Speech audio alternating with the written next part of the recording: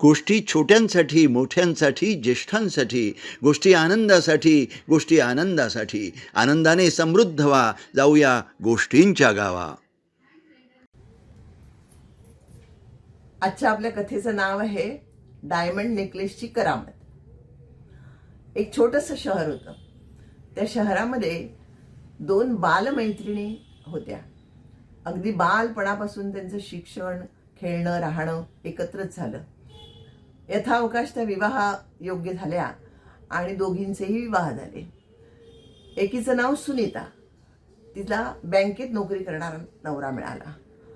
मग तिला 2 मुलं झाली आणि ती नोकरी करत होती. आपल्या घराजवळच छोटीशी का असेना, पण नोकरी तिची चालू होती. मुलं झाली तरी ती नोकरी करतच होती.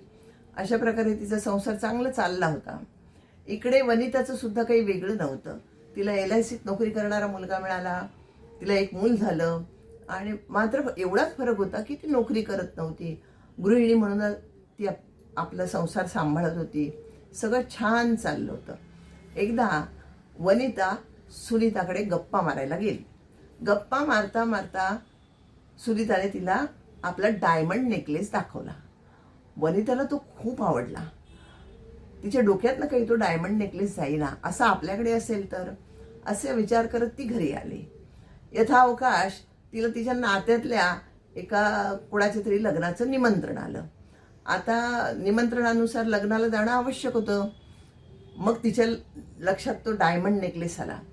मग ती सुनीताकडे गेली. सुनीताला म्हणाली, 2 दिवसासाठी मला तुझा डायमंड नेकलेस देशील का? सुनीता मोठ्या मनाची होती. तिने लगेच तिला तो डायमंड नेकलेस दिला.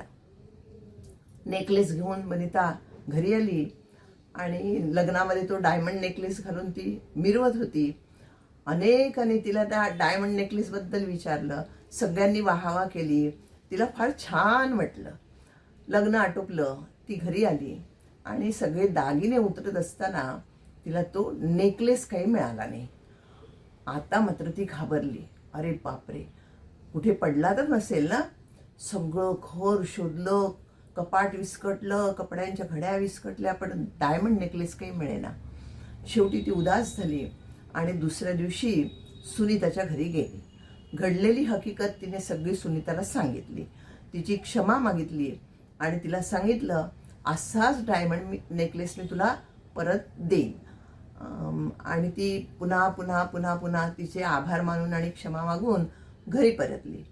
घरी परतताना विचार केला, एवढी मोठी रक्कम मी आणू तरी कुठून? लोन काढलं तरी कधीतरी तर ते फेडावं लागेलच ना. आता काय करावं? ह्याचे पैसे परत कसे द्यावे? अशा विचाराने ती ग्रस्त झाली. 2 दिवस ह्याच्यातच गेले. त्याच्यानंतर तिने मनाशी ठरवलं की नाही, आपल्याला काहीतरी केलंच पाहिजे. मग तिने जवळच एक लहान पगाराची का असेना पण नोकरी पत्करली. मूल सांभाळायचं, नोकरी करायची, घरी येऊन कामधंदा करायचा, काटकसर करायची आणि शिवाय कोणाचं जर शिवण आलं तर ते पण करायचं. असं सगळं ती करत राहिली. ह्याच्यामध्ये तिचा दिवस कसा जातो ती त्याला कळत नव्हतं, पण मात्र ती करतच होती. म्हणता म्हणता 10व्या महिन्यामध्ये तिच्याकडे डायमंड नेकलेसचे पैसे परत करता येतील एवढे पैसे जमा झाले. आता ते पैसे घेऊन ती एक दिवस सुनीताकडे गेली आणि सुनीताला म्हणाली, तुझे माझ्यावर फार उपकार झाले. आता मी तुझे हे पैसे परत करायला आलेले आहे. तिच्याकडे पाहून सुनीताने तिला म्हटलं, अगं काय तुझी ही अवस्था? किती रोडावली आहेस तू? तुझी रयाच गेली आहे. हे कशामुळे झालं? काही आजारी होतीस का? ती म्हणाली, छे ग, आजार पण कसलं? तुझ्या डायमंड नेकलेसची ही करामत आहे सगळी. म्हणजे काय? अगं, तुझ्या डायमंड नेकलेसचे पैसे परत करण्यासाठी मी खूप मेहनत केली, कष्ट केले, नोकरी केली आणि त्यातनंच हे पैसे उभे केले.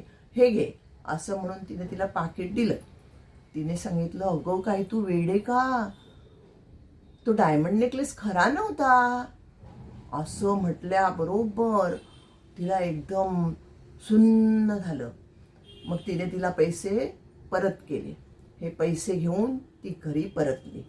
रस्त्यामध्ये तिने विचार केला की खरंच या नेकलेसने मला खूप काही शिकवलं. टेन्शन घेऊन मी एवढे कष्ट केले आणि ह्या कष्टातनं एक डायमंड नेकलेस जो माझ्याकडे नव्हता, माझी ऐपत नव्हती, तो मी खरेदी करू शकले. मग आयुष्यात आता पुढे मला कष्टाची साथ धरायला काहीच हरकत नाही. दुसरी महत्त्वाची गोष्ट अशी की यापुढे कधीही कोणाकडेही उधार म्हणून काही मागायचं नाही, खोटा बडेजाव करायचा नाही आणि बस कष्टाची साथ सोडायची नाही. असं तिने केल्यानंतर तिचं आयुष्य फार सुखात गेलं. तात्पर्य, जीवनात कष्टाला पर्याय नाही. उधारीच्या जोरावर बडेजाव कधीही करू नये. पुन्हा भेटूया पुढील भागात एका नवीन गोष्टीसह. जाऊया गोष्टींच्या गावा.